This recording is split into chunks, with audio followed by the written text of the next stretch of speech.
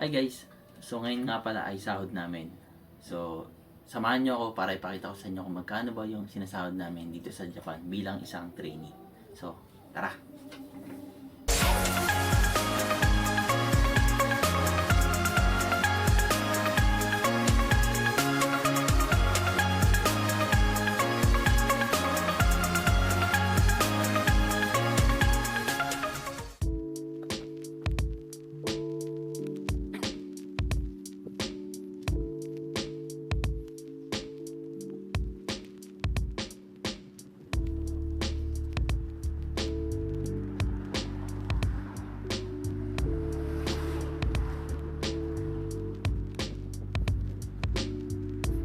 Hindi naman ganun kalayo yung withdrawal dito sa apartment namin. Siguro mga around 2 to 3 minutes bike mo lang. Ayan. Kaya hindi ganun kahirap. At saka yung ATM machine dito hindi naman pumipila yung mga tao para mag-withdraw.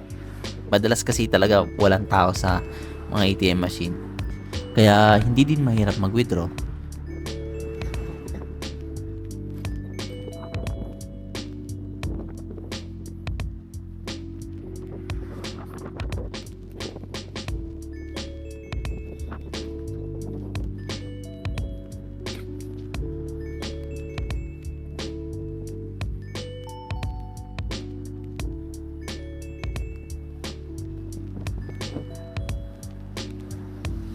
So, andito na tayo. Tatawid na lang tayo.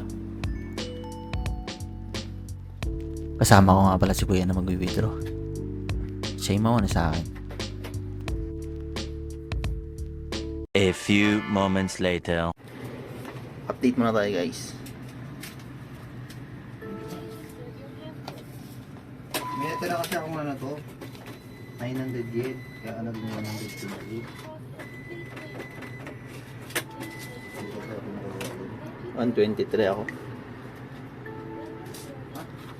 Withdraw na tayo. Ano ba? Wala pa. Isip may naman pa yung ano ko. Ito. Yung siya yung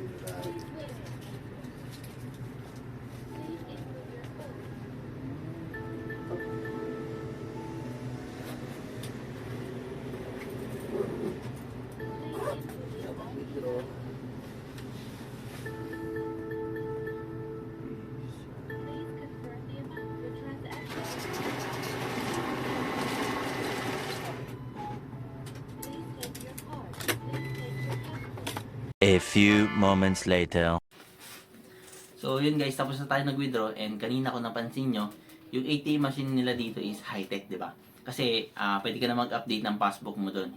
Parang sa Pinas kasi, di ba, pupunta ka pa ng counter para magpa-update ng passbook. Dito hindi, all-in-one na sila. So salpak mo na yung passbook mo doon sa ATM machine para i-update yung passbook and then pwede ka na mag-withdraw.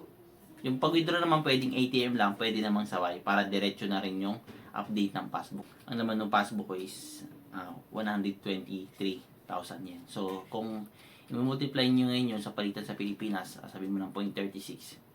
So, commonly, ang sahod talaga namin dito bilang isang trainee, welder dito sa Japan, nasa 100,000 yen lang. O that is around 36,000 pesos. Depende sa palitan, no? 100,000 yen. So, kung aangat pa yun, so tataas pa yun ng more than 36,000 pesos sa Pilipinas. Sa mga gusto mag-apply ng abroad, so yung agency ko nga pala sa Pilipinas, yung Studio 85. So, tignan nyo lang yung page nila para makita nyo kung ano yung mga hiring nila, kung hiring ba din sila sa Japan, kung ano mga skill yung kailangan nila. So, yun lang guys. Maraming salamat.